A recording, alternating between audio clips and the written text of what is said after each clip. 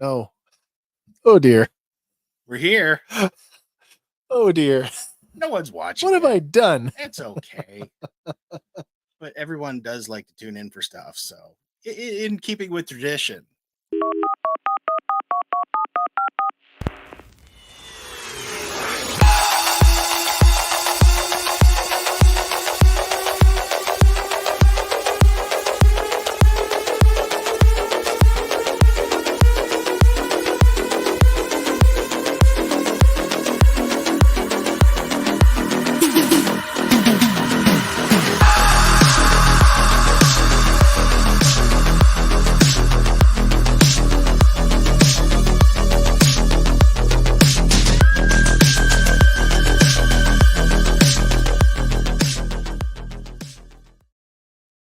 What's up, everybody? We're back.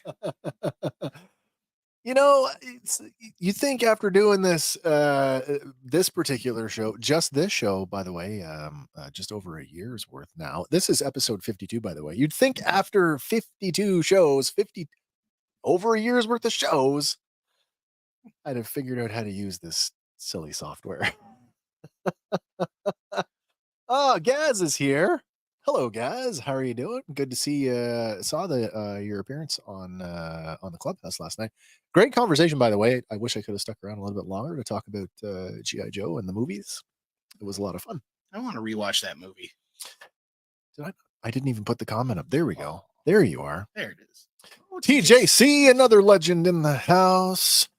How goes oh my god, what was it you're playing most recently? Mass Effect, I think I saw was the last one. Mass Effect. I love Mass Effect, by the way. Nice. Got to get back to I'm hoping there's going to be a new one. Right. That's another one that's ripe for development into a series, if you ask me. But that's another thing. Good. And we got Red Swenson's here enjoying the rain. Yeah, strangely enough, we had really great weather here today. We were at 12 degrees Celsius, but presently we are under a flash freeze warning. Yeah, that's supposed to take. So, worse tomorrow. Yeah, tomorrow afternoon with gusts of wind up to 80 kilometers. So much for that crazy forecast we were supposed to have for double digits for the rest of the week. Steve Terrio's here. Hello, good evening, everyone. How's it going, Steve? Glad to have you along. Yeah, so here we are. It's Random Fandom Tuesday.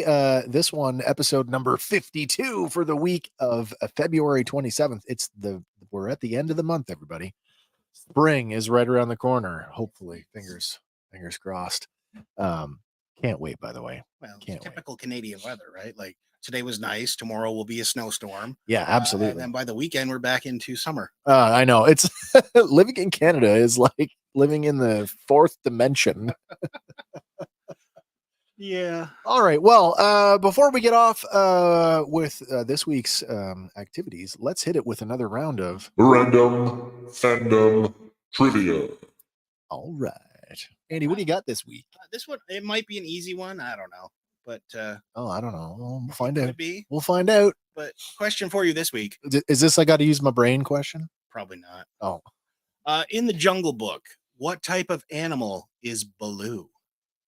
Is he A? Oh, you're right. That is easy. A bear, B, a jaguar, or C, a python? I mean, all of those are in the movie, are they not? Oh, they are all in the movie. Is there a jaguar in the movie?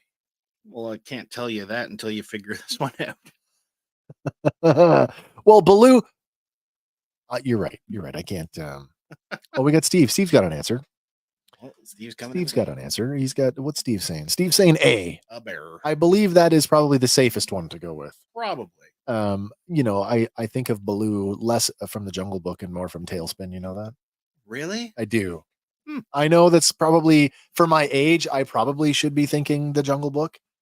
But, true. Major Medina's here. Major, what are you doing? Gaz is saying A all day. Gaz easy. He's a bear. TJC with A. Major A all day. Oh, Red Swenson.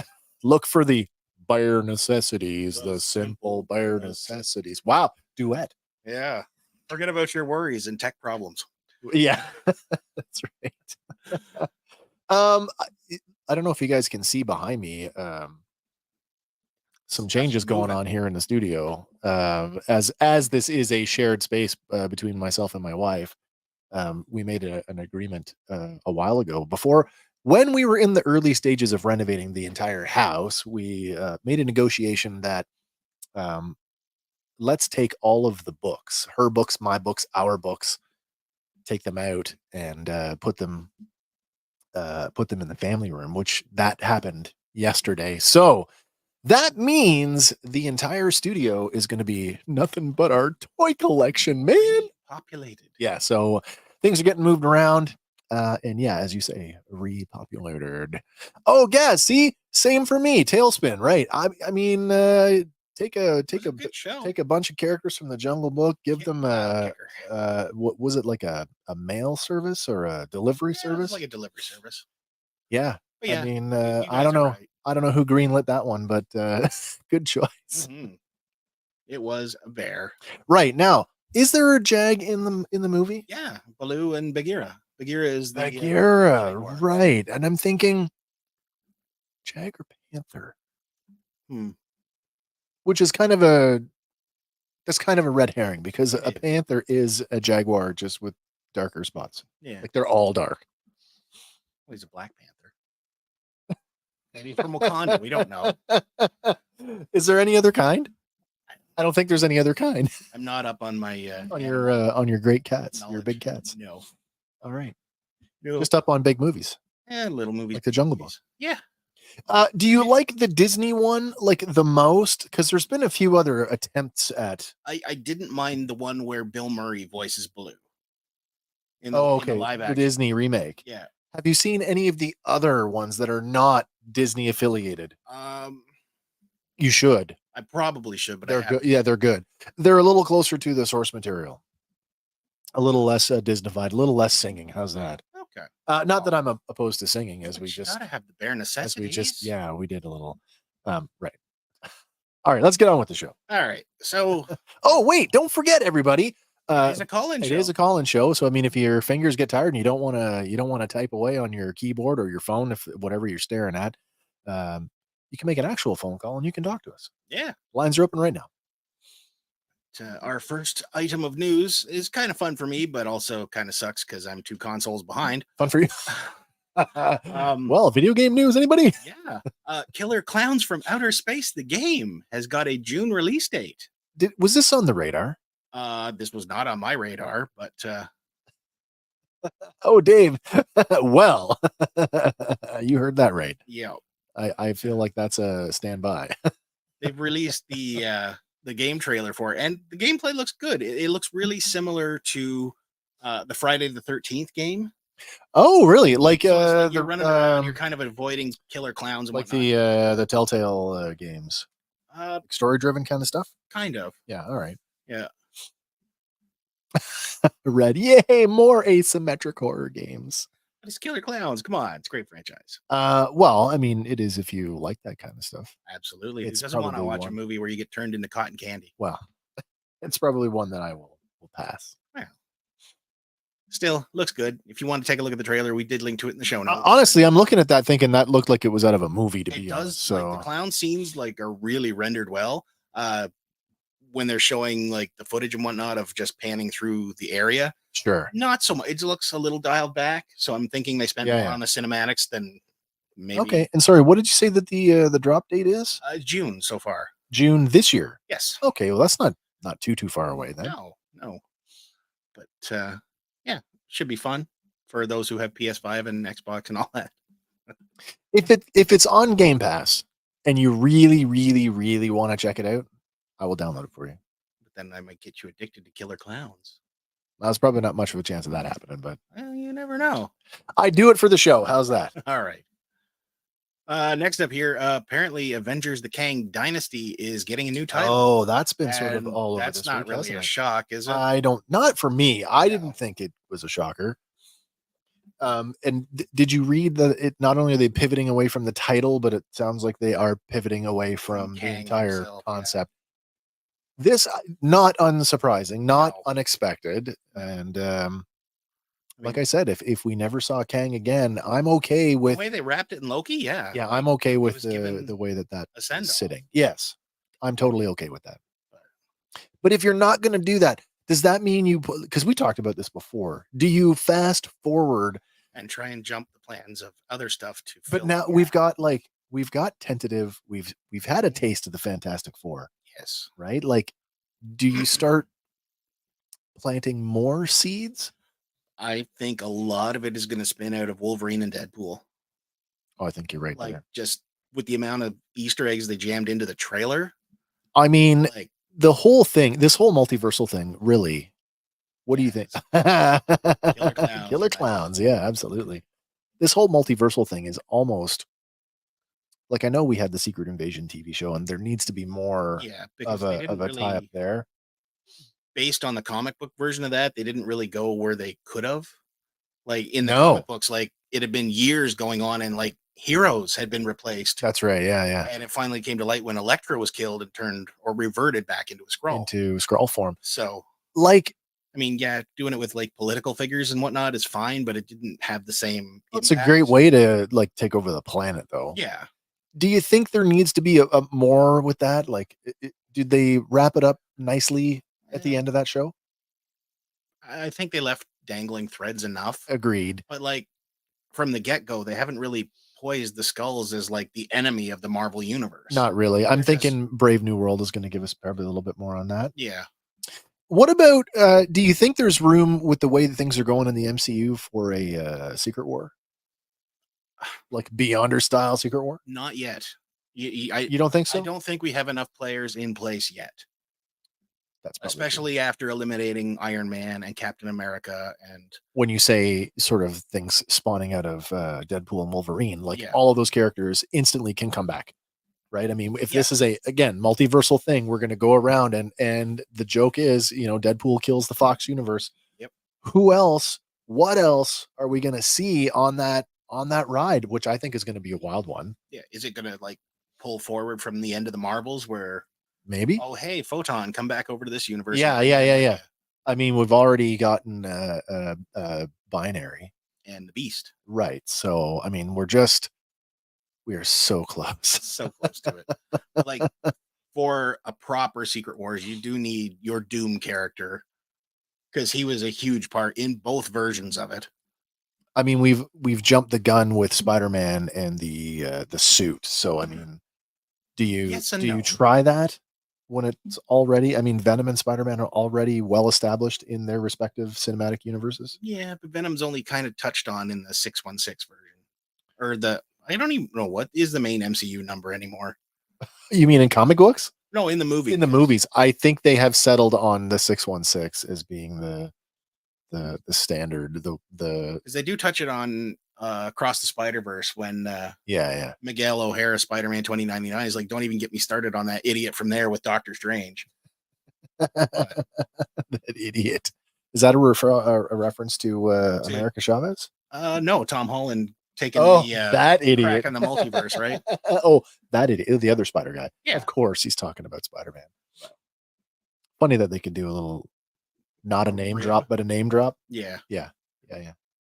easy enough to do. But Yeah. So, I mean, I mean, I think we need Galactus before we go further tripping out into Beyonders Guardians was supposed to be our dip into the cosmic Yeah. stuff, but it's like and they did give us like a there's little so much more. yeah, because they give us like a little hint of the Celestials and some of the Nova Corps and Absolutely. Now we're what, 6, 7, 8 movies or TV shows, a combination of things now past Eternals, and nobody's really talking about the giant sticking out of the there was planet. one Easter egg in She-Hulk.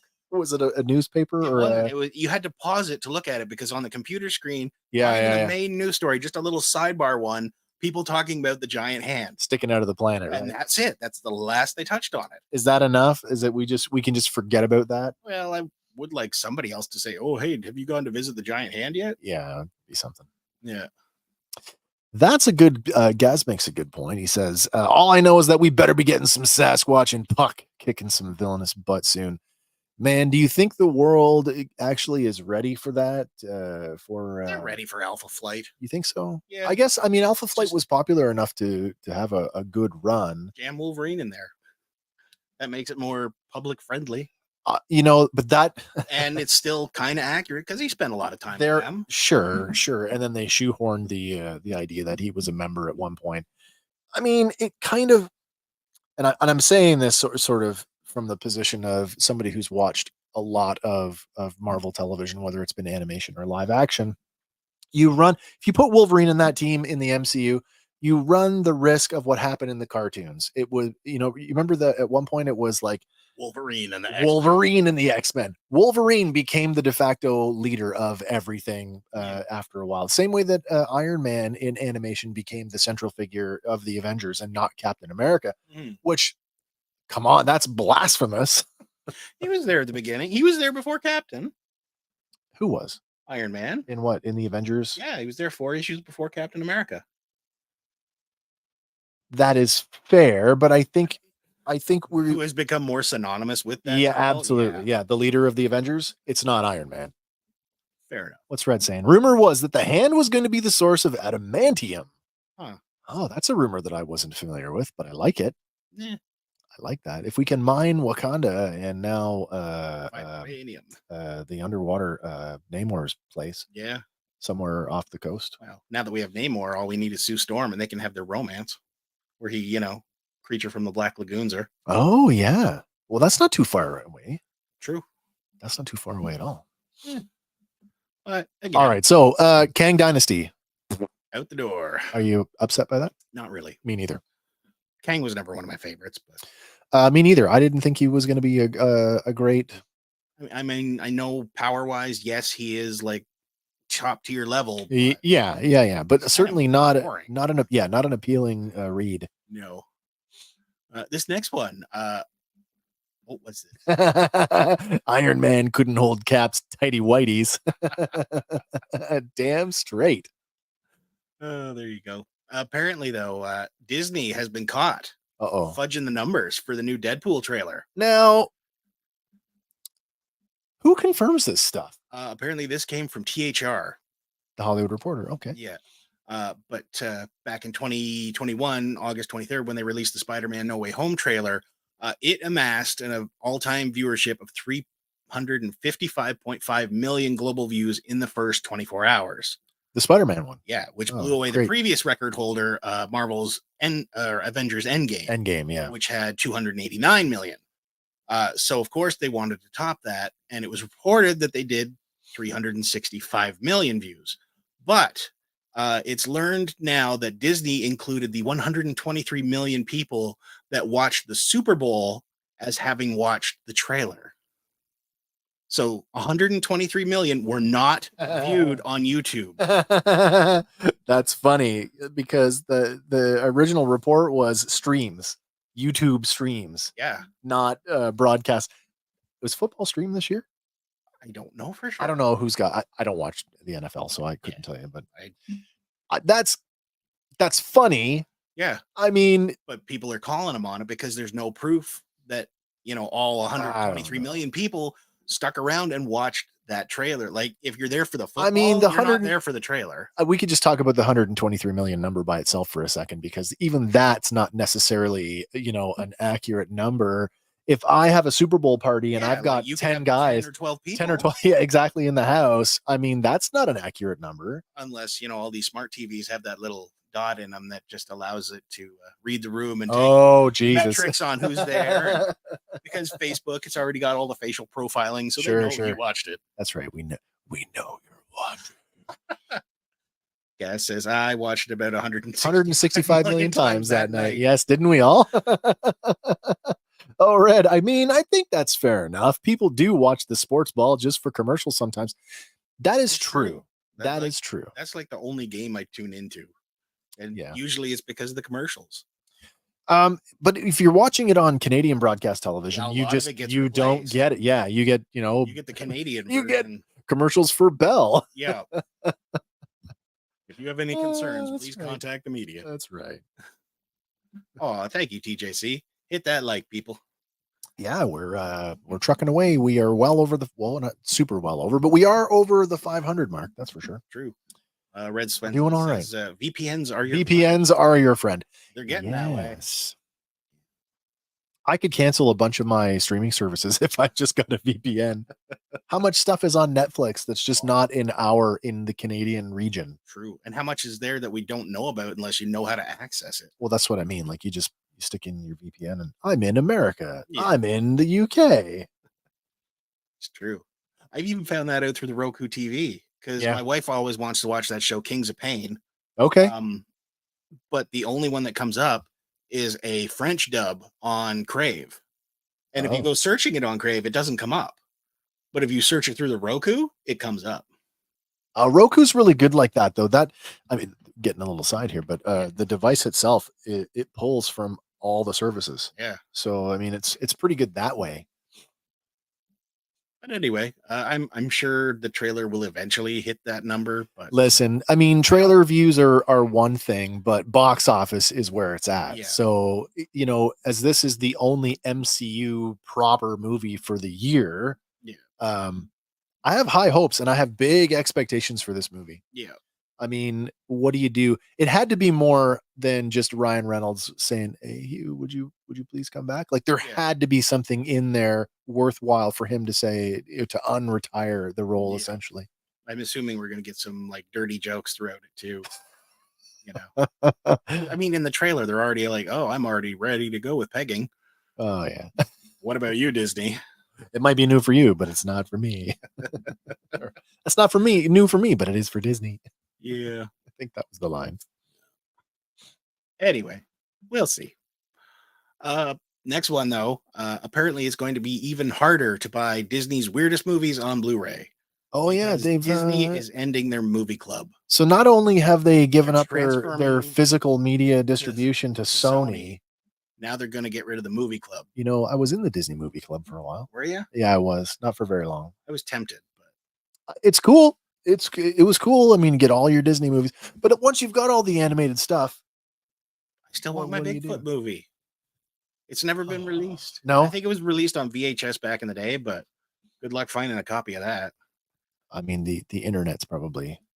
The internet has not helped me. No, not at all. Eh? No. I think maybe 10 years ago there was a guy offering to do dubs off of the VHS tape.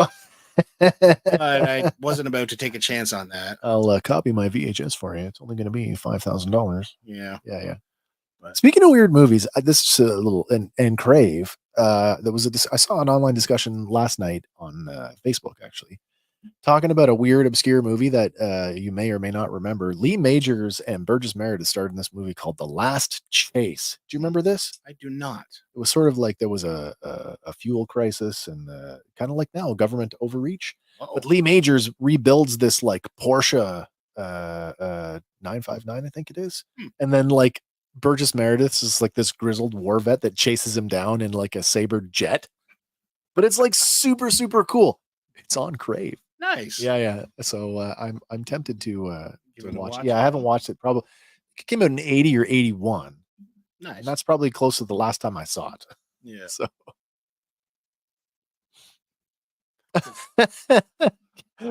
nice. Guys, thank heavens I completed my Herbie collection. Well, yeah, you gotta have that one. I mean, love the love bug.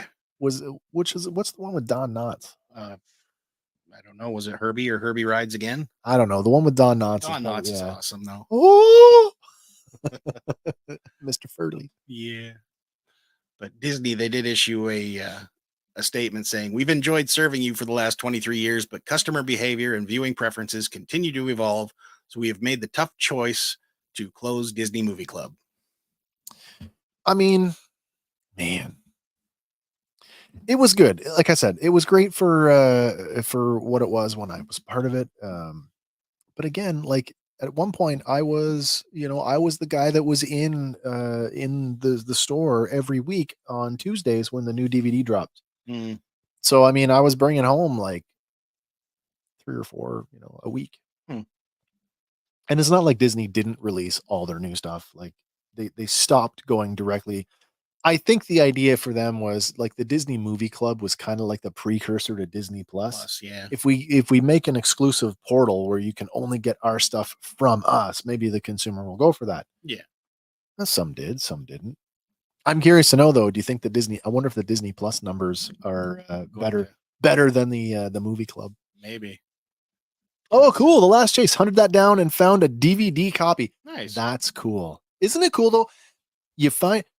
I hope that was an exciting moment because I've been in like the flea market. Yeah. I was at the flea market. That was years ago, and I just happened to walk by a used DVD booth, and the guy had some new stuff, but it tons of old stuff. Sitting on the top shelf in like the back corner was a copy of the original miniseries Shogun. Ooh. The one with oh my god. I can't even think of his name right now. Oh my god, he's hugely famous actor. Charlton, not Charlton Heston. Oh. John Rice Davies in it. Hmm. Anyway, it's fantastic. That comes out. The new one comes out right soon here. Gosh. It's getting reviewed very well, by the way. Major Medina says The Ghost and Mr. Chicken. Excellent. Mr. Chicken. Excellent. And Gaz says Don Knotts. Herbie Goes to Monte Carlo. Okay, that's the one. Well, he's got the collection, so. Yeah. I do not have a Herbie. Richard Chamberlain. That's who I was trying to think of. Okay. Richard Chamberlain. That's who it was. Fair enough. What's this Gaz saying here? It was. I didn't even know the name of the film, but that a Sabre jet chases a Porsche 917 and Lee Majors was in it. Yeah. Exactly. Nice. Yeah, so we'll see how Disney makes out with Sony, but I mean, if Sony is willing, I mean, essentially they're going to take over the distribution. So do you think that their facilities are going to be like pressing? Maybe. Like pressing the I stuff? still think they're going to be at the mercy of Disney saying, okay, you can press this for this long and then it goes away. I'm sure that's the case. Because that's how they've always operated, right? Like, oh, it's going back in the Disney vault. Sure. Well, the vault, whatever. Yeah. Let some other stuff out. Whatever. Just like, Bigfoot out. I don't want to take a swing at Funko collectors, but every time I hear a Funko collector say it's vaulted, yeah, it's never going to get released again. So there's too many new licenses for them to go back. Yeah. New stuff. The Boys season 4 has got a announced date released finally. It's going to be airing June 13th of this year. I'm totally in on The Boys. I have been since the first season. Watched the first season. I was a little bit late to get to it. But once I started, man, it was full speed ahead. And then Gen V, the new series that just came out, I call it a companion series because really that's what it is. Yeah. It's great too. I guess we're going to get alternating seasons. So it'll be season 4 of The Boys. Yes. And then apparently we're going to get a second season of Gen V before we get another season of The Boys. Okay.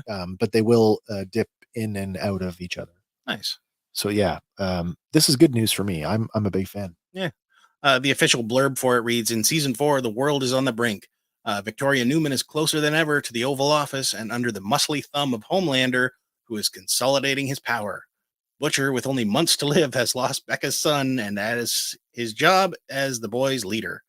The rest of the team are fed up with his lies. With stakes higher than ever, they have to find a way to work together and save the world before it's too late. That's going to make for some interesting viewing. Mm-hmm. Now, there are rumors that Homelander might be biting it this season, but again, I mean, the show has already diverted from the comic now. Not that I've read a whole bunch of it, but like they've already diverted with the whole Black Noir character, and at some point, Homelander should be getting his just dues or just rewards. Whether it's this season or not, I don't know. Yeah, only time will tell. Yeah. But, moving on here, one of the original stars of Top Gun is suing Paramount over Maverick using his likeness without permission. Who? Barry Tubb. What? Is suing because he's Wolfman? Yeah. Wolfman is suing them because they used his likeness in Maverick without his permission. I'm not an IP lawyer. No. But Paramount owns that movie. True. They own Top Gun. So you would think they would be able to use footage from Top Gun in the new Top Gun movie. True. Do you know what I mean? But at the same time, I don't like if you look back on Back to the Future 2 and 3, right? Crispin Glover managed to sue them for using a guy that looked like him. That's different though. That's different. They hired another actor to do him. Yeah. But I mean, it would be one thing to use archival footage, True. which is essentially what we're talking about here, using archival footage. I still haven't seen Maverick. Dude, they moved it off of, it's on Netflix now. Like it's on it's in the widest distribution it's ever going to have right now. All right, I'll watch tomorrow. You should. It's great. I got so much to watch. Steve. Everybody's suing everybody. Oh, that's what happens in America. What's Red saying? No, they already paid him to use that likeness, though. This is what I They mean. paid him for one movie, They not paid for him 2 movies. absolutely. So his contract was complete, and Paramount owns that footage. Fair enough. They can do whatever the hell they want with it Fair enough. until a judge says they can't. True.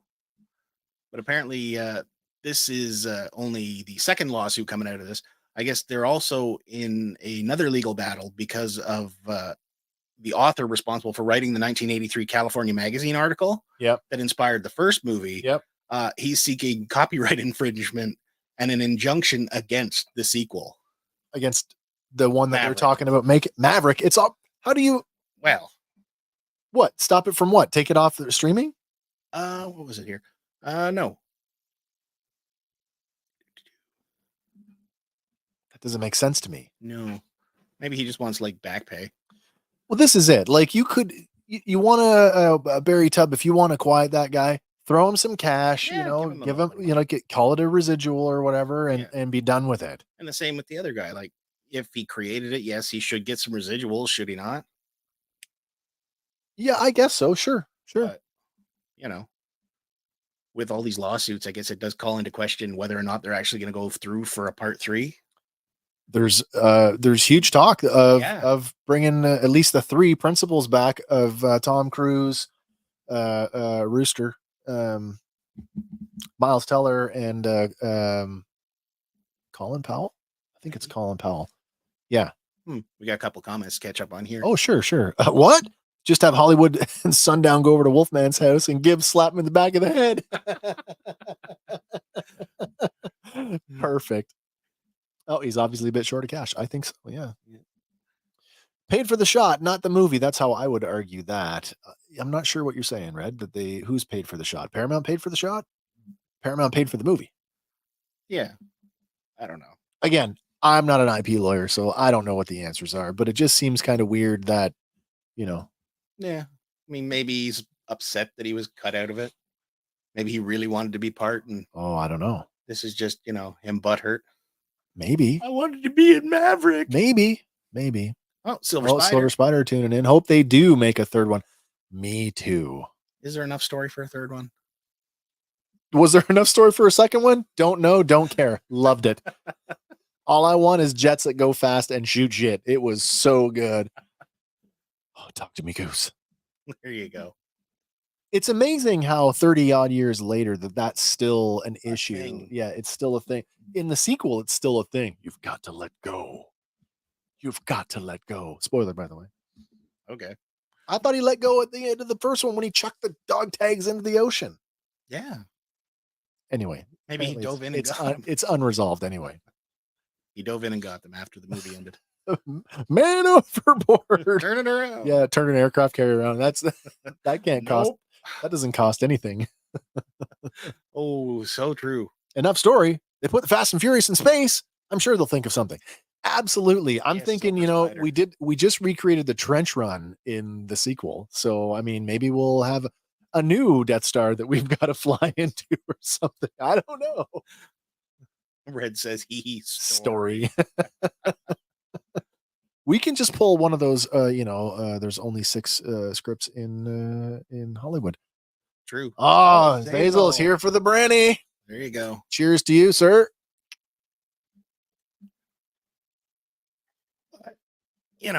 It's all going to play out in the court of law, and money will probably solve everything. I'm curious, there's a lot of stories that we kind of look at and go, we need to follow this one up. Yeah. Now, this is one like, do you think we'll ever hear about this again? I think we'll hear about it if they go to a part 3. Like, Maybe. yeah, everything got settled. We're good. I don't even recall them using. I don't even recall where that was in the movie that they would have used his likeness. I'm not sure. Gaz says, Okay, that is like a complete nerdgasm right there. The third one should introduce Doug Masters as Mav's main rival. Never say die. And instead of having a tape recorder strapped to his leg, it's going to be what, an MP3 player? It's 2024, so I guess it'll be his cell phone with like Spotify or no, it'll be iWatch. That's right. iTunes. It'll be plugged right into the Jets comm system. Yeah, no, it's just Bluetooth right into it. Now listen, Maverick is now flying the whatever the U.S. Navy is flying now. I guess that's the Super Hornet. Now Doug Masters was flying the F-16. That's still in service. F-18 versus F-16. There's a funny history there. I don't know it. The F-18 was actually one of the test models for the U.S. Air Force, and the Air Force turned it down, but the Navy picked it up. Yeah, it's pretty cool. It's a really interesting story. Nice. Seeing as we're all around Top Gun anyway. Yeah. Good spot for it. My God. Oh, Iron Eagle.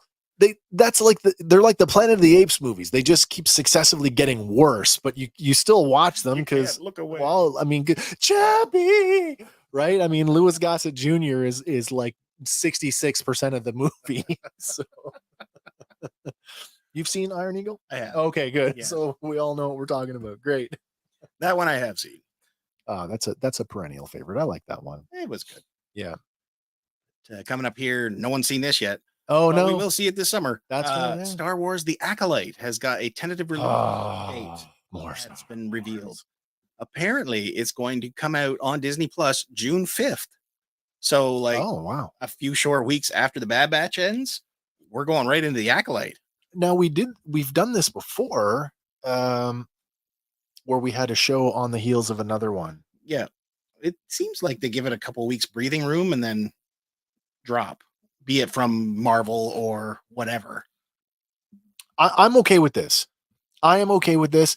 Again, I'm not as excited for this one as I am for. They've been pretty tight-lipped. Skeleton. Details, yeah, though. This one I think has been the most sort of mysterious one. We know that it's set in the later stages of the High Republic, which is the new era that debuted in novel form. 2 years ago? Something like I think that. it's like 2 years now. Random Rick Reviews. Just dropping by. Have a good stream. Thanks very much. Thanks for hanging out. DJC, Iron Eagle classic film. It is a classic film. And Red. Not a Star Wars show. I know. For every time we say that, I mean, everybody should take a drink, I think. We're not a Star Wars show. And then TJC, old enough to rock and roll. Yeah. But apparently it is noted that the trailer for The Acolyte is finished and ready to go, but we do not have a day when they're going to release that yet. So there's speculation that they might drop it on Star Wars Day. In May the 4th. Oh, I hope so. Yeah. I hope so. I mean, we need something before the show actually goes through. We did get a little bit from Celebration, and that footage kind of made the rounds. We got that scene with like the 16, all the lightsabers. That was cool. But Acolyte, with it being in bright red with a big slash through it, doesn't really speak Jedi to me. It's maybe the other side. Yeah. Mandela Stenberg is leading the cast of The Acolyte as a former Padawan in the High Republic era of Star Wars. Like you said, 100 years before the events of Phantom Menace. Apparently, it will primarily follow Stenberg's former Padawan as she reunites with her Jedi Master to investigate a series of crimes. Oh, so this is somebody who's left the Order. Yeah. That's interesting. So. That is interesting. Ahsoka before Ahsoka. Yeah. Maybe with a darker twist. Well, yeah, maybe this person's going to turn to the dark side over the course of this investigation. Yeah. That would be cool. Other stars apparently include Lee Jung-jae, who was in Deliver Us from Evil. Manny Jacinto from Top Gun. Was also in Maverick. Yep. Daphne Keane from Logan. That's our X-23. Yep. Jodie Turner-Smith from White Noise. Carrie Ann Moss from The Matrix. Yep. Margarita Lavira from Daredevil Born Again. So I don't Which we haven't seen yet. Yeah. And Rebecca Henderson from You Hurt My Feelings. Okay. So. Yeah. I'm still going to watch it. Oh, there's no way I'm not going to watch it. Yeah, it's Star Wars It's stuff. probably going to be, our next review series. Maybe. It just kind of dovetails nicely with the end of the Bad Batch. I mean, We just have to figure out a name spin. yeah, I mean, these names, Fanalite. the Fanalite. No, that doesn't sound right. The titles have been writing themselves up until this point. Yeah, Acolyte's going to be a little harder I think so. to shoehorn into fan somehow. Yeah. But that does bring us to some toy news. Woo. Love the toy news. That's all I've been doing today is playing with toys. So sure. So might as well continue the trend. Absolutely. We got our first look this week at the Batman from Batman Nightfall coming out of McFarlane. Pre-order launches tomorrow at select retailers, and it's not a bad looking figure. I did see this the other day, and I thought, man, that's a good looking. It is. Now, I don't know if this is a reissue of any other or like if it's a reuse of a body, I don't know. But black cowl, gray suit, looks good. Speaking of Batman, I had the realization last night as I was moving stuff around that I own exactly 4 McFarlane superhero figures. And they're all Batman? 3 of them are Batman. Well, he does put out a lot of Batman. Animated series Batman, the original one. Nice. Terry McGinnis Batman Beyond, and Michael Keaton Batman from The Flash. There you go. And the other one is animated Superman. Nice. And I'm not even a Batman fan, and I own 3 Batmans. What's up with that? It's because he puts out so many. You can't have every wave. There's like at least one Batman, if not more. Good or bad. Yeah, good or bad. And have an entire Batman shelf or more. That one's pretty good though. I have to admit that Yeah. as a non-Batman fan, yeah, that one's pretty good. Sticking with McFarlane though, they've also announced the Spawn and Todd McFarlane pack. I saw this one, and the first thing I said to you guys, I sent this over, and I'm like, I bet you Todd didn't get that one hand painted. You know what I mean? I mean, it does still look kind of derpy. A little bit, but I still want it. Do you? I do. Yeah. Well, it'll go nicely next to my Stan Lee figure. I like the Luchador Spawn. Yeah. Well, that's actually his first design. From Yeah, 15, right? I think it looks great.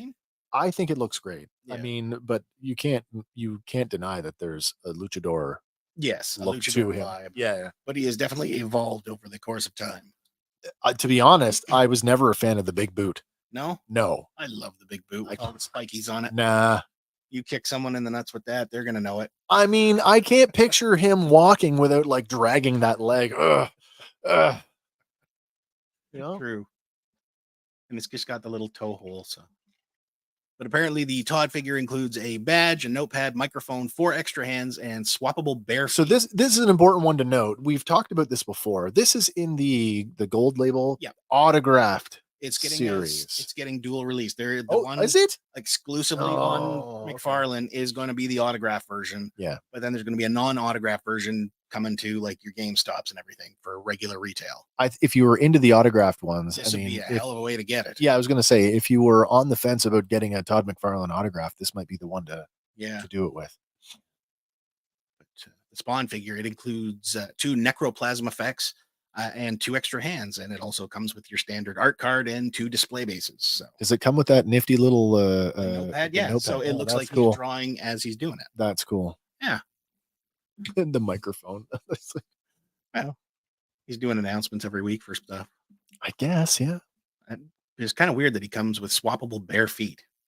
Bare feet. Bare feet. Maybe he works with no shoes on. Maybe. I don't know. I was not aware of that, but. Me neither. I'm just throwing it out there. Just spitballing. Yep.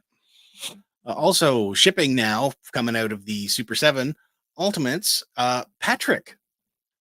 So for everybody that picked up that SpongeBob, got to get the companion piece. Now, when did he come out? Oh, he was out a while ago. So it's been in the. I know our friend from Peterborough, Morgan. He's got SpongeBob. Did he? It is a spectacular looking figure. Is it? What scale is it in? It's Super 7 Ultimate 7-inch scale. Ultimate scale. Yeah. Oh, 7-inch. But wow. Again, how do you scale a sponge next to a human, right? Well, I mean, if we all saw the movie with David Hasselhoff. Yeah. Well, he's not that scale. So if it was next to David Hasselhoff, he's like the size of David Hasselhoff. He's mutant sponge and your mutant starfish. Yeah, exactly.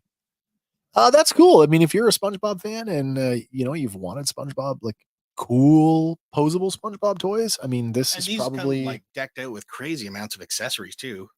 Like he's got his jellyfishing net and his Yeah, jellyfish. yeah. Kind of weird, but it looks like they've added a lot of articulation to a 5-point star. Has anybody done SpongeBob toys to this degree before? I'm gonna say no. Yeah, I didn't think so. I know like Burger King and whatnot have done their Oh, Happy Meal toys and whatnot for them, but they're all like, static pose, like slug figures. basically. Yeah. Okay. But still cool for the SpongeBob fans. yeah, apparently in this wave though is also a Squidward, but I don't know if he's shipping out now. Okay. But if you get SpongeBob and Patrick, you're already 2/3 of the way, right? Yeah. And you gotta get Squidward, and then it's just a steep hill to go down. But if you got money burning a hole in your pocket, this next one might be. Man, I saw this, and I'm telling you, like, there's a reason why I don't collect 12-inch, because they're like crazy expensive. But if I had the money to burn on this one, they have released Beetlejuice, the 6th scale figure from Sideshow Collectibles. Tell me that does not look fucking immaculate. It looks awesome. Like, yeah. Pre-order right now, $390.99. Only that's Only. sorry, $399 Canadian. Okay, so a little less. Expected on to the other ship side of the between border. August and November, so you would be getting it just in time for the sequel, I guess. Gaz, still no love for the Snorks. How many people remember the Snorks? Do you remember the Snorks? Yeah, it's like the Smurfs with snorkels on their head. Well, snorkels, yeah, the Smurfs underwater. Yeah. The Smurfs. Such an obscure one though, and yet I remember they got little, like, you remember the little figures of the Smurfs, like the little vinyl guys. Yeah. I'm pretty sure they did that for the Snorks back then. I seem to recall a few of them, especially what's his face, little baseball T-shirt. Oh yeah, they did that for them. They also did it for the Wuzzles. Wuzzles, they had their plushies, but they also had smaller plastic semi-posable. But yeah, I guess no one's got any love for the Snorks. Who even owns that? Was that a Hanna-Barbera? I would think so. So then it's probably sitting with all of the stuff that got sold. Is it Universal? Maybe. It might be Universal. I don't know. That's interesting. Snorks. Yeah. But back to Beetlejuice here. Beetlejuice. It's head sculpted in the look of Michael Keaton. He's Has the ghost seen him with the Beetlejuice. most. Yeah. Synthetic hair, tailored costume, including striped pants, striped jacket, white collared shirt, black necktie, boots, 11 total hands. That's a lot of hands. Yeah. The handbook for the recently deceased, a nail file, and a black hexagon base, which I think is a little bit of a miss, because if they had included that, the headstone there, the Beetle Guy's headstone, that would have been pretty slick. Yeah, that's cool. Especially at this price point. But I just picked up I bought it for Kim. I bought her the NECA, the Toonie Terrors Beetlejuice, and that's what he's wearing. Yeah. Well, it's the classic suit, right? Yeah, absolutely. I mean, absolutely. Even back in the toy line, they didn't give you a proper. They gave you like alternate versions. Well, that one, but he had the shrinking head. Yeah, the shrinking head version. Yeah, because they gave the red suit, and I think there was a sailor costume on one of them. And, yeah, I think you're right.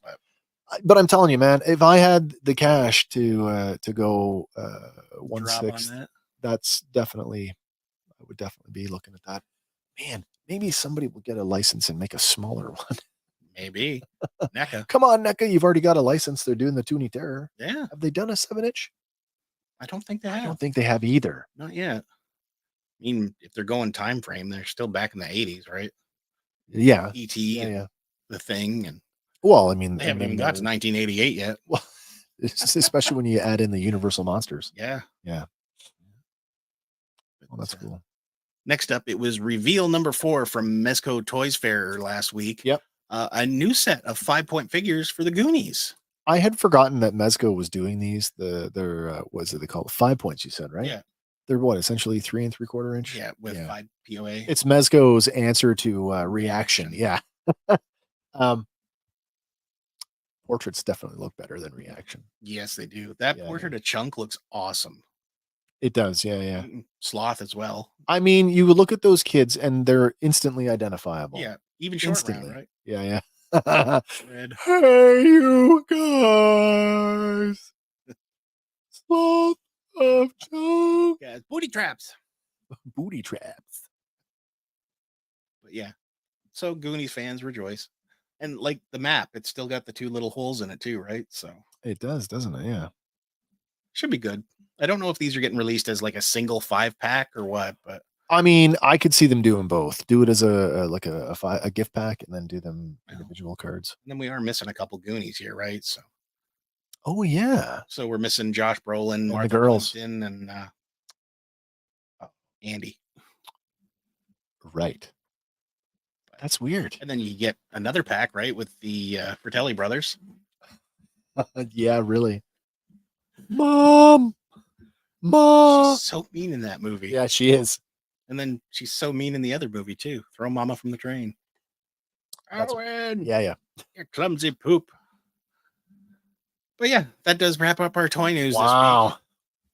So that does bring us to our next regular scheduled segment. Oh wow, is it that time again? It's that time. All right, let's fire up the machine.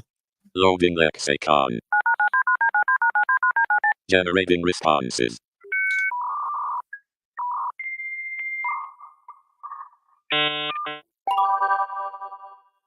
Responses ready. Lexicon is the word game where you decide what's real and what is a con. Get ready. Here we go. All right, it is this week's edition of Lexicon. I was busy today. I did not have time to put something together. However, Andy caught my back this week. Yep. You So got we one don't for have us? the little. We don't have digital the- audios, yes. but we That's got me okay. fumbling my way through. We it. can read it. Yeah, We can read it. So this week's word is Yeah, I get to play this one. peccability. Oh dear. Peccability. Well, peccability. Mm-hmm. But what the birds think of how birds rate birdseed? Maybe They rate it on their peccability. it's funny you should say that. Oh, okay. Definition number 1. Yep. The positioning of an individual or creature in the ranking of the genetic ladder, i.e., the food chain. Oh, that's a fantastic answer. Where do you rank in the peccability? In my house, my household of 2. I'm number 2. Who does number 2 work for? She's upstairs and she'll tell you. Definition number 2. The susceptibility of an item or substance to be struck or bit by a bird with its beak. Wow. So the birdseed thing really is a possibility. It is a possibility. Wow. Definition number 3. Okay. To be liable or prone to sin, susceptible to temptation. Well, that one's out of left field. Mm-hmm. It's going to be that one. I don't Sticking know. with bird I don't know. Because my mind immediately went to like birdseed. birdseed. Bird, something with a bird. To be honest, I feel like the first 2, like they're both good. Silver Spider's coming in. He's going with number 1. Number 1. I feel like 1 was a very, very good answer. In fact, I'm probably, if I had to be serious, I might actually pick 1. Fair enough. You don't want to be serious for this show? What are you talking about? Red says What are you number talking 3. Gaz is going with number 3. Oh, wow. So Sean coming in here. He's going with number hey, 1. Sean, nice to see you. So we've got 2 for 3, 2 for number 1, and I'm on the fence. I'm kind of leaning on number 1. Oh, K-Dog coming in with number 1 as well. Oh wow, number 1 is taking the lead now. All right, any more for any more? Don't know. We don't have our Jeopardy music back, but you know what we can do? We can give you this for Jeopardy music. That's what it We is. need to follow up every on that week. one sometime. It's bananas every week. It is. I'm locking it in. I'm not phoning a friend. I'm not using my 50-50. I'm locking it in number 1. Okay. That's what I'm going with. Well, if you chose definition number 1 or number 2, I'm sorry. Oh, It is definition number 3. wow. Congratulations, number 3. Red and Gaz. You guys got it. To be liable or prone to sin. Susceptible to temptation. Wow. That's why. Yep. Apparently the brother or sister word to peccability is impeccable. Impeccable. Oh, wow. As soon as you said that, now I see it. Yeah. the word origin. It's right there. But in the toy aisle, I suffer from peccability all the time. I'm going to take this home and it will be a sin. Maybe. I'm not just going with susceptible temptation, but Susceptible to, yeah, me whether or too. not the toy is a sin, I don't know. Susceptible to temptation. Looking at my Does it count as a false idol? $150 Ken the Eagle figure. Impulse buy. Yeah, still not a sideshow figure. No, it's not. No, it definitely wasn't that. But yeah, no, I hear that. That was a fun one. I like that one. All right, we'll be back with that one next week. Hopefully, I'll have more of this room done, and I'll be able to be a little bit more present and get my it's all work good. done. Next here, this one Hank hinted us to. Apparently, a new book is coming. It's called "The Rise and Fall of the Galactic Empire" by Dr. Chris Kempshall. So is this? So it's in the DK book. So this is going to be what, a coffee table book? I believe so. So this is going to be what, an overview of how the Empire came to power. Apparently, it's going to be an examination of Palpatine's far-reaching tyranny. Interesting. Yeah. Will they offer? And these coffee table books generally don't. Sometimes they offer new stuff. Yeah. A lot of times it'll be in the photos that they get. It'll Yeah. be stuff that we haven't seen before. But yeah. So I believe the last Star Wars book they put out, they actually gave us information for an upcoming show. Wasn't it Ahsoka? Something had leaked through that. Maybe. But maybe. Anyway, this is written by, like we said, Dr. Chris Kempshall, historian and co-author of Star Wars Battles That Changed the Galaxy. Cool. So no stranger to the subject matter. It'll explore the dark times from the stories across mediums, including movies, games, series, books, and comics, with chapters covering every aspect of the Emperor's regime. That's cool. Yeah. I'd like to read that. It's going to arrive at stores July 9th. And the cover, as we have posted here, is what you should see. So I like the shattered emblem. That looks pretty cool. Yeah, it's going the wrong way for a Thanos snap, so it's just crumbling. That's right. But according to the author, the opportunity to focus on the workaday empire was just the story he wanted to tell. So cool. So he's quoted as saying, so much of how we think about Star Wars is based around what we see of the rebels, but that leaves a big empty space for the Empire. What was their experience of ruling the galaxy and fighting the war? What would people think about the Empire once it's gone? It's interesting that, I've always sort of, I mean, we've touched on this, right? I've always propped up the Empire as like the average citizen doesn't know, and they're the legitimate government of the day, right? So like most of the citizenry just kind of go about their day. Oh, guys, man, thanks for hanging out. I'm sorry you can't hang out any longer, but hopefully we'll see you soon. Mm-hmm. Thanks for hanging out, man. But yeah, like we've talked about this, like, there's so much story on the Empire side that never told. And we've been getting a little bit of that, like through Andor and of course, we're seeing the worst of the worst, though. We're seeing the oppression. Yes. But we're also seeing like folks that are loyal, like what's Katie going O'Brien. on? Oh, yeah. Her character. The stuff that's going on in Coruscant, where the elite, it's just another day. Yeah. Yeah. But like that whole what was it in The Mandalorian? The re-education center for former Empire people. Oh, yeah. Oh, what do you miss most? The biscuits. The biscuits, yeah. And just that stuff like that's kind of neat, right? The everyday. And I'm guessing they might cover part of that within this book. So probably. Because that takes place after the fall, right? Yeah. And how the general population views them. Exactly, yeah. But yeah. This next one's kind of weird. Apparently, AT&T execs asked for Game of Thrones showrunners to shoot episodes vertically to be viewed on phones. Nope. I think this was a short-sighted thing. Nope. Like, who the hell is going to watch an entire series on their phone? And if portrait, that's the case, portrait, no one's going to watch it. No in portrait. I mean, there was that TV that showed up last year or whatever, where it could be viewed this way, or you could 90-degree shift on its own. I mean, if we're going to watch anything in portrait, we're only watching it for like 90 seconds at a time. Yeah. No hour-long thing. But, that's worthy. That's worthy of one of these. Yeah. But yeah. Like Who's got the attention span to watch a TV show in portrait? Yeah. But, of course, they didn't get away with it, so they said to hell with that and shot it normally. But still kind of funny what the higher ups will try and get away with. I guess, yeah. Yeah. This next one's kind of fun. Oh my God, I saw this. We're getting close to the end, so if you wanted to call in, probably good. I guess it's the time. If you wanted to hit the WhatsApp link, we are standing by. Mm-hmm. But this next one, what's this? Unfortunately, I know a few people that watch shows and movies on their cell phones. Oh, okay. I'm not gonna lie. I do watch enough YouTube on my phone, but I would never watch it. I'd never watch it in portrait. Always landscape. Yeah. Right. You Like turn it sure. sideways and get the proper view. I do most of my YouTube watching at night in bed. Right. So I've watched one movie on my phone, and it was while I was waiting for people. I've watched movies on my phone when I'm on vacation. Right. Like I've got a movie downloaded to my phone to watch. So, when it's raining, so I can't go outside and swim or whatever. Yeah. But for a full cinematic experience, it is not the phone.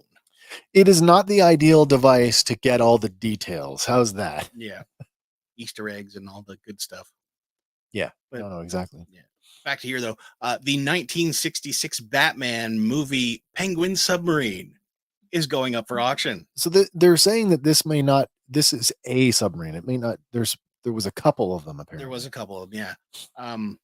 But the description on Heritage Auctions reads, the Batman Penguin Submarine filming miniature, vintage original filming miniature crafted of fiberglass with resin, vacuum formed plastic, and metal components.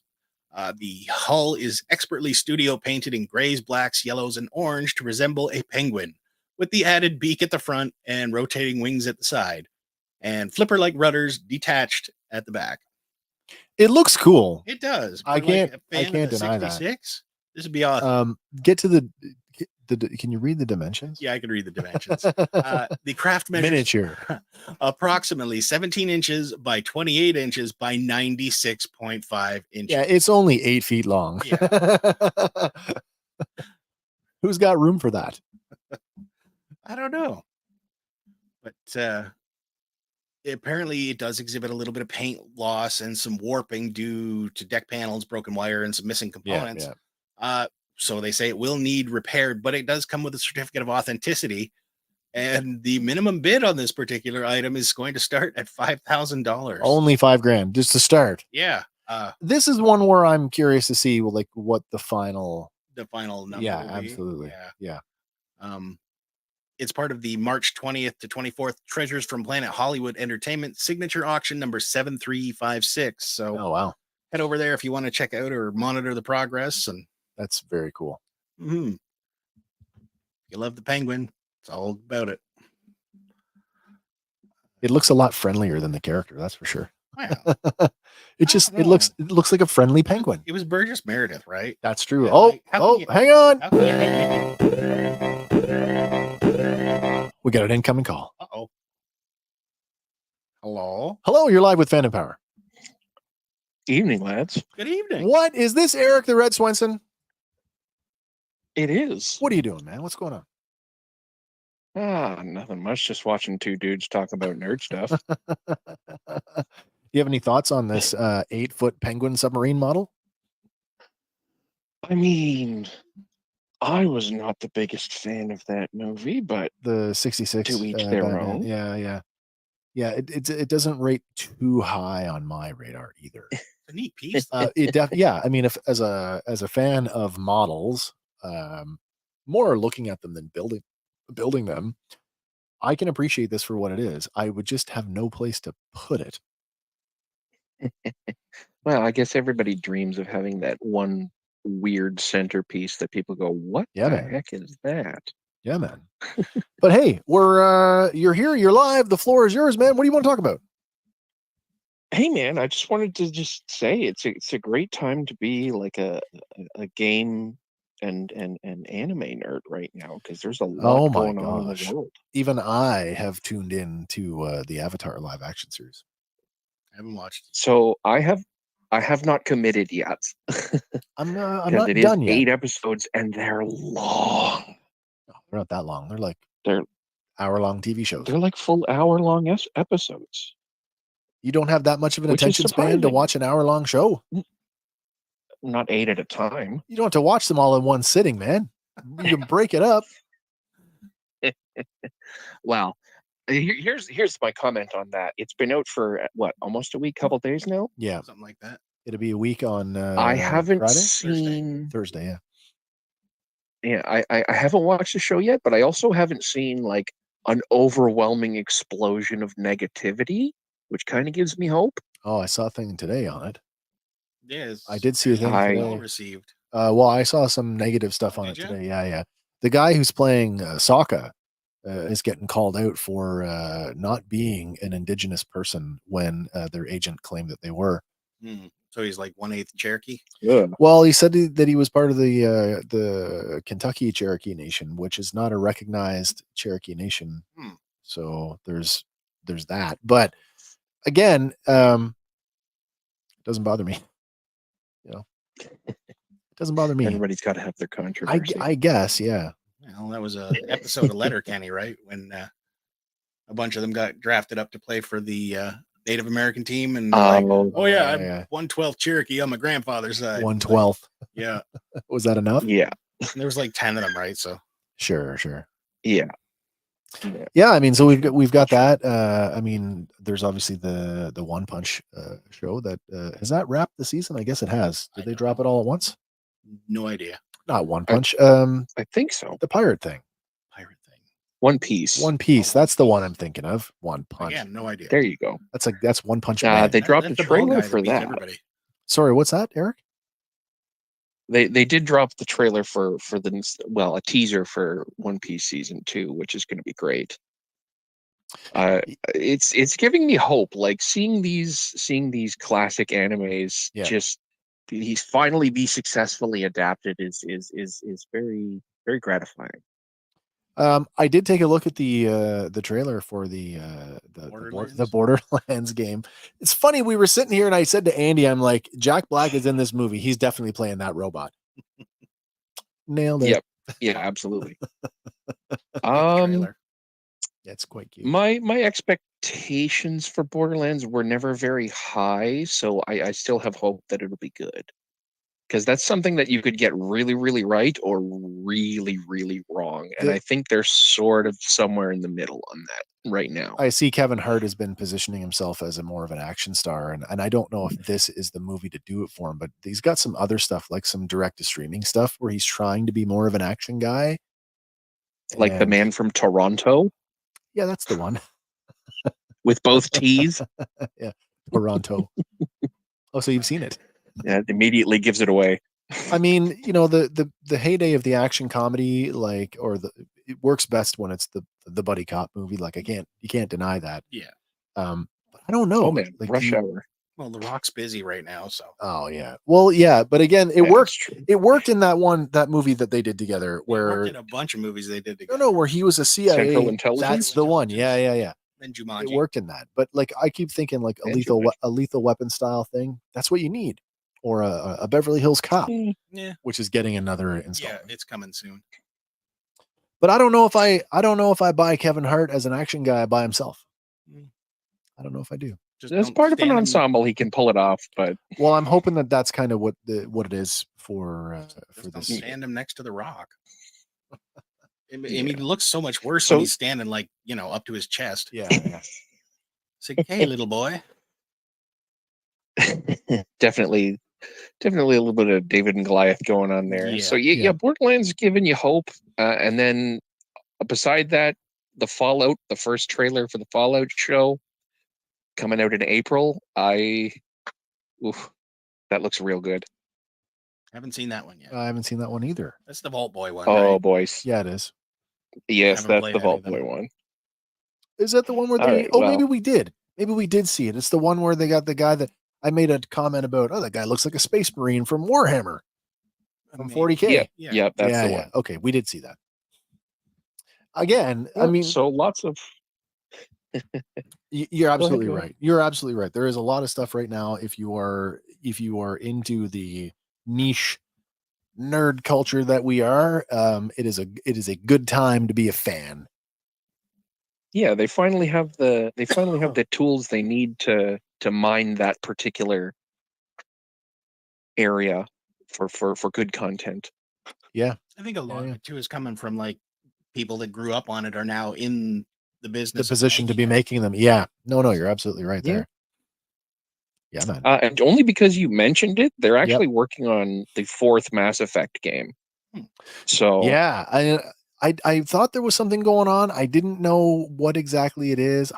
Do they even know? Have they told anybody what it's going to be about? The only thing they've said is that it is a true sequel to the original trilogy. Well, I mean, I played the original Mass Effect through a couple of times, right? So we all know what happens to the Shepard. I don't. Oh, okay. I mean, we don't. One of the 64 endings is. Oh yeah. Slightly different from the other flavors. There's a lot of variety depending. A lot of your social interactions will determine the endings on those. I see. Yeah. Who did you romance? There's really only 3 endings, but one of them is. Yeah. One of them's a little spicy. Yeah, and then if you pick up the second one and you play it without playing the first one, it gives you a bunch of like in just simple dialogue choices. Choose. Did you do this or this? Yeah. Did you do this or this? And then that sets up the beginning of the next game for you.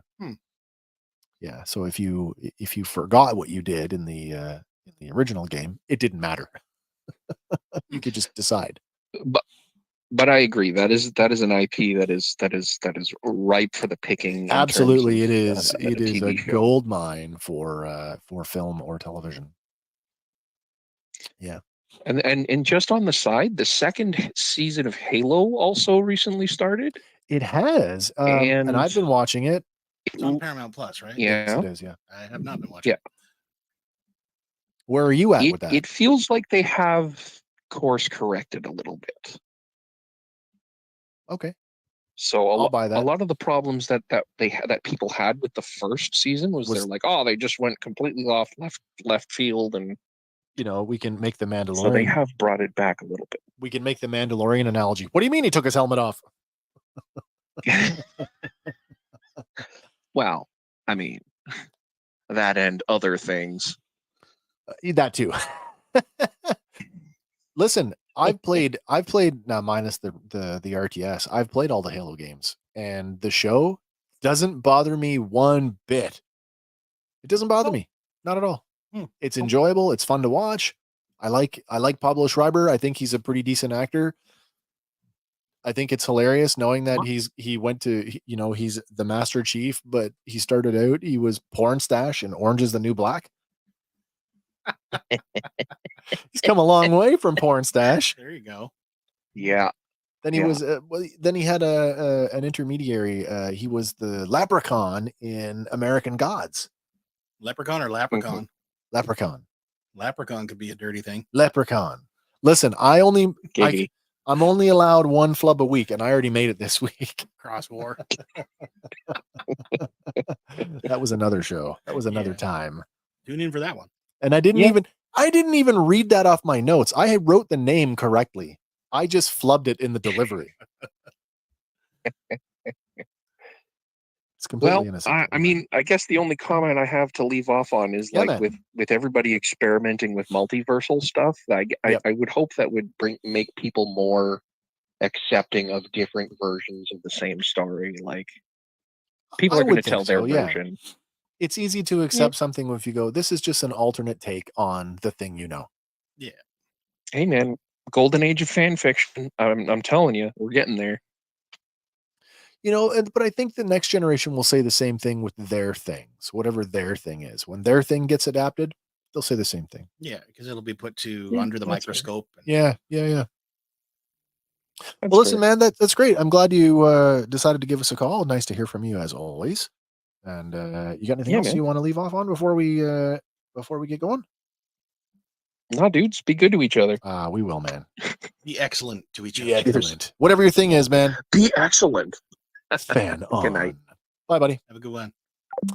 Right on. That was Eric the Red Swenson, one of our patrons. He's like a quarter of the show. Yeah. This next one here, I know there have been talk about Paramount and Warner Brothers, right? Doing a potential merger. Yeah. Well, there is an update now. What do you think of that? It has been revealed that Warner Brothers has backed out of this possible deal. So I don't know if that's good news or bad news. I don't know. Warner and Paramount merging. Yeah, because Warner Brothers Discovery has halted the merger talks with Paramount amid its stock falling by 47% over the past year. Who's stock? Paramount stock? Yeah. Oh. Which I guess is a 52-week low. Okay. But apparently David Ellison, his Skydance Media, will reportedly continue to exercise its due diligence on potential transactions between the two companies while talks are on hold with Warner Brothers. All right. So whether or not anything goes forward there. Oh. Comment from Random Rick Reviews. Frickin' internet went down here. Okay, now subbed over here. Nice. Thank you very much. Really appreciate that. So, money up in the air. Who knows where it's going to go? But this next one is kind of neat. A ultra rare 1979. I just heard this on the radio yesterday while we were doing some stuff. It was found in a Regina basement and it sold for millions. Unopened. Yeah. Apparently it was just sitting in the attic or the basement, whatever have you.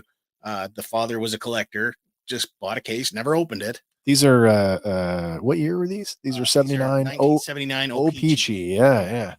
And they thought it was a 1980 case, so they never thought anything special of it.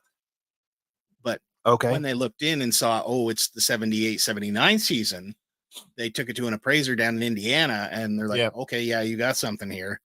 Because they were thinking, maybe 300,000.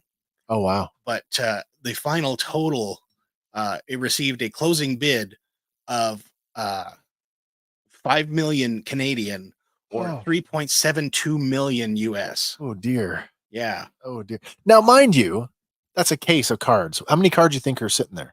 You're talking 16 boxes. It is a total box, which contains a box contains 48 packs of 10 with an overall total of 7,680 cards. 7,000. Okay, so let's just do the math on this. Sorry, what did you say? Each box contains 48 packs. So 480 16 cards. Boxes times 48 times 10. 48 packs of 10 cards. So that's 480 cards per box. 480 cards per box. How many boxes per? 16. Times 16. So that's 7,680. 7,680 cards total. Yeah. And what was the final bid? That is, do we want give me the US one. 3.72 million. Oh shit, I can't do that. 3,720,000. Oh, I got to do it the other way around. Let's do it this way. Remember 480. Okay. Oh dear. What am I doing here? That's like $7,750 a card. I feel that's carry the one. Look at all that gum. Still is a paltry sum compared to the Black Lotus.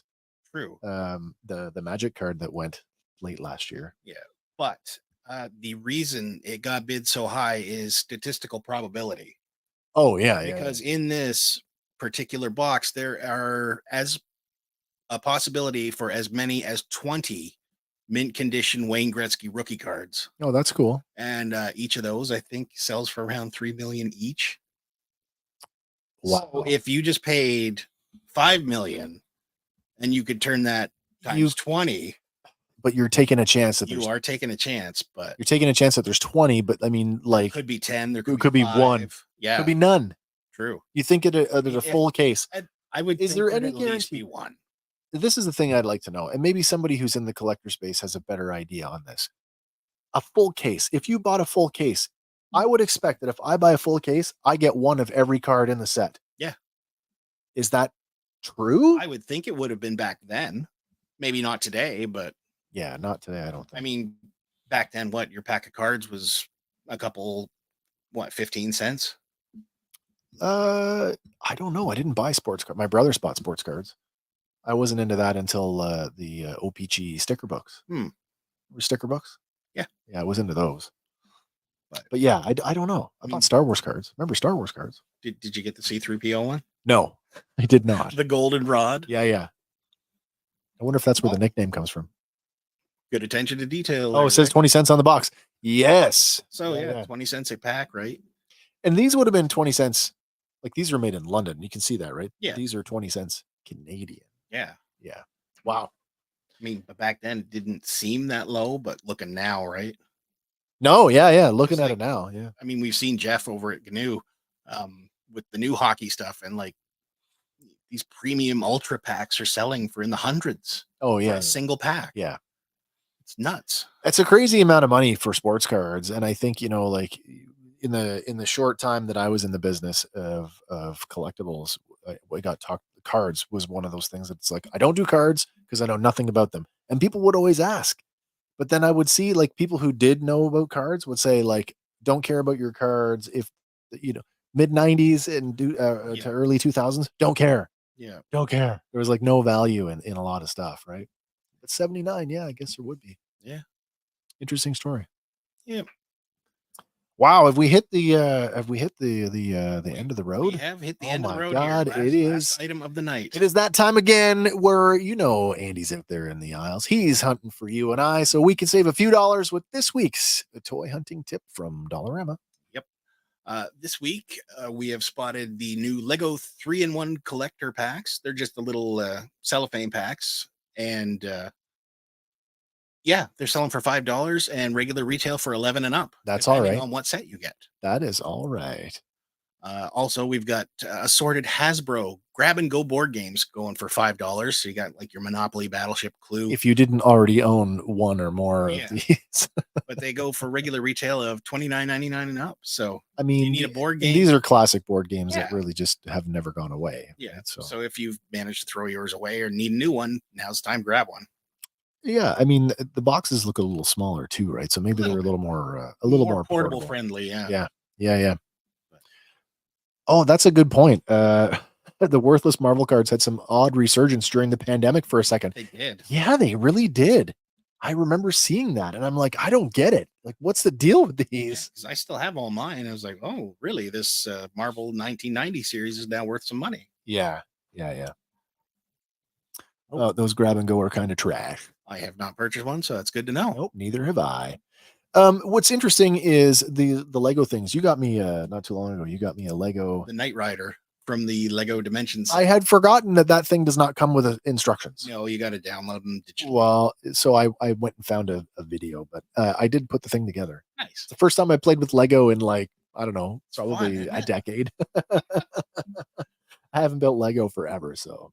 Oh, yeah, these ones are fun. They can include instructions for the first or main whatever, and then for number 3 or 2 and 3, you got to go download. Rick says he wants to see it. Hang on a second. I got to go grab it.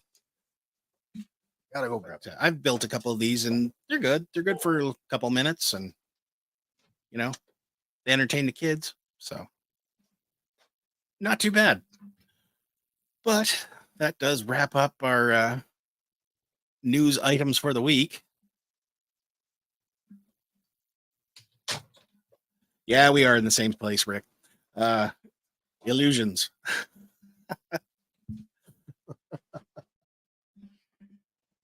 Yeah, it's kind of funny. I go through this every week where I try to with 2 cameras going. Yeah. And I always try to set you can see my shoulder now.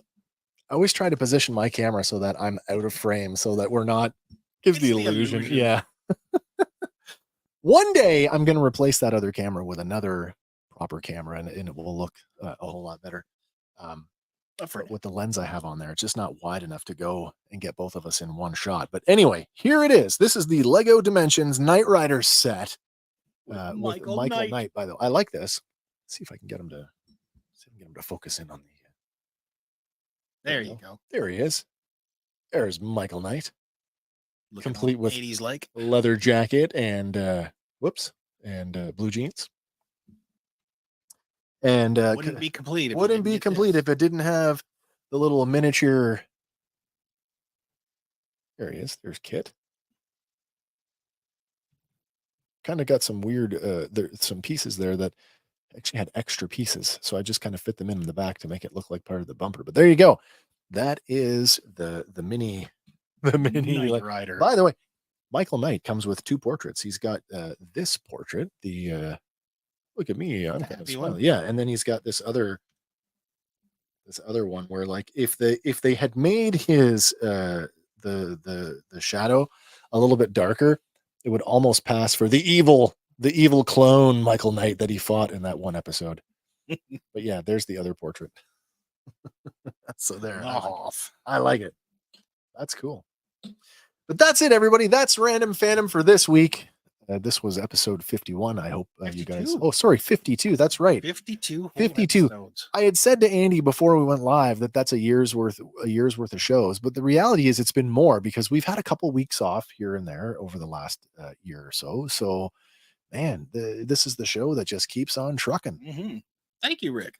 If you haven't already tuned in on Sundays, come back on Sunday if you're a Star Wars fan. We just kicked off our 3rd season of the Fan Batch. That's our deep dive review series where we take a look at the 3rd season of Star Wars: The Bad Batch. We cover each episode very, very in depth. I like to call us the audiobook version of the show. With notes. Yeah, absolutely. So we look at all of the lore connections, all of the Easter eggs, and all the stuff that you might have missed in a way that nobody else is really doing.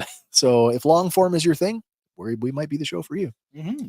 Otherwise, come back next week, same time, same channel. We'll be at this one more time. Well, at least one more time. At least one more time next week, as we probably will have another batch of headlines to chew on. And I think that's about it for me. Yeah, that's all for me. All right, everybody. Rachel, thank you, okay, Kay. another great show. Thank you. No, thank you. If we didn't have you guys, we would have no show. Right. Well, we would probably still be doing this. But it wouldn't be as fun. No, it's fun with the community. Absolutely. Listen, everybody, whatever your thing is, whether it's movies, TV, whatever, video games, fan on, everybody. And until next week, for Fandom Power, my name is Wes. I'm Andy. And we'll see you on the next one. And bye for now.